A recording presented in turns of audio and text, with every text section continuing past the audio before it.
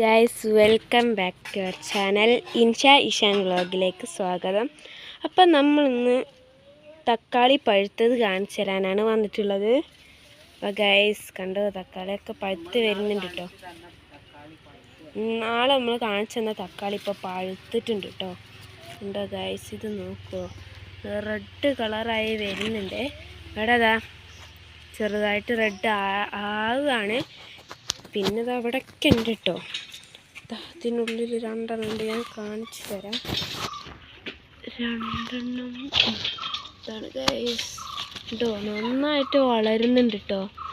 നമ്മൾ ആ ഒരു വളം ഒഴിച്ചു കൊടുത്തതിൻ്റെ കാരണത്താലാണ് നമുക്കിത് പഴുത്തൊക്കെ കിട്ടിയത്.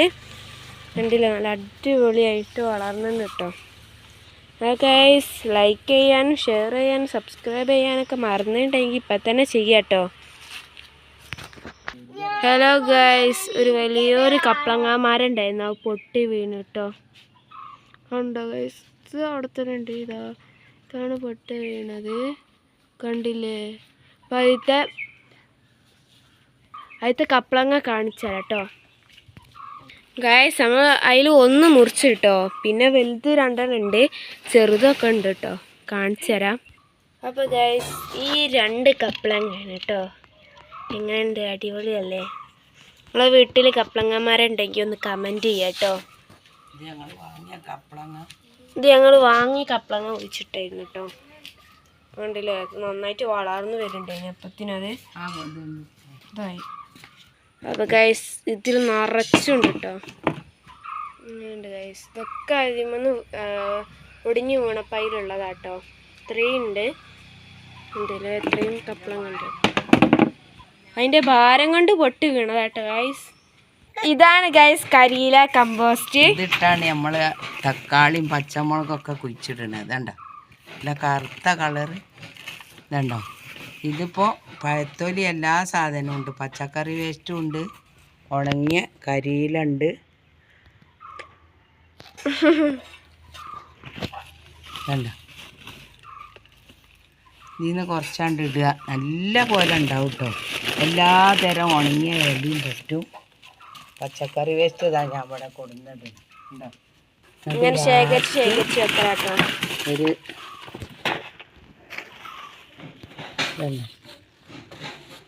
ഇത് ഇടാനുള്ളതാ. നമ്മളിപ്പോൾ നോമ്പായതുകൊണ്ട് ഇഷ്ടം പോലെ ഉണ്ടാവും നമുക്ക് പച്ചക്കറി വേസ്റ്റ്. അല്ല, പച്ചക്കറി വേസ്റ്റും ഉണ്ടാവും, ഫ്രൂട്ട്സിൻ്റെ ഉണ്ട്. ഇതിങ്ങനെ ഇപ്പോൾ ഞാൻ കുറച്ച് ചാരട്ട് അതിൻ്റെ മുകളിൽ ഇതുപോലെ ഇട്ട് പിന്നെയും ചാരട്ട് ഇതാ ഇന്നത്തെ ആട്ടോ നീ കിടക്കട്ടെ. ഇതിൻ്റെ മേലെ കുറച്ച് ആ കപ്പളങ്ങൻ്റെ ഇല, അത് നല്ലതാണ് പ്രാണിയൊക്കെ വരാതെക്കാൻ. ഞാൻ അതിൻ്റെ മുകൾക്ക് കുറച്ച് ചാരണ്ട് ഇട്ട് കൊടുത്താൽ മതി. ഇത് നമ്മൾ ചാക്ക് ഫില്ല് ചെയ്യുമ്പോൾ ഇതിൽ നിന്ന് കുറേശ്ശിട്ട് ആ കരിയിലൻ്റെ കൂടെ ഉണ്ട് ഇട്ട് കൊടുക്കുക. പിന്നെ ആ പൊടിഞ്ഞുണ്ടായ വളവും ലേശം ഇട്ട് കൊടുക്കുക. പിന്നെ ഞങ്ങൾ ഒരു വളവും ഇതിനും ചെയ്യേണ്ട ആവശ്യമില്ല, താനാണ്ട് ഉണ്ടായിക്കോളും. പച്ചക്കറി മുളകായാലും എന്ത് പച്ചക്കറി ആയാലും ഞാൻ അടച്ച് വെച്ച് ഞാൻ ഓരോ ദിവസത്തെ അതിക്കിങ്ങനെ കൊടുന്നിടാം. അപ്പോൾ ഗൈസ് ഓരോ ദിവസവും ഉമ്മ പച്ചക്കറിൻ്റെ തൊലിയും ഫ്രൂട്ട്സിൻ്റെ തൊലിയൊക്കെ ആയിട്ട് കൊണ്ടുപോയിടലുണ്ട് കേട്ടോ. ഉള്ളിത്തൊലിയും അങ്ങനത്തെ ഒക്കെ കൊണ്ടുപോയിടലുണ്ട്. അങ്ങനെയാണ് ഇപ്പോൾ തക്കാളിയൊക്കെ പഴുത്ത് വരുന്നത് കേട്ടോ.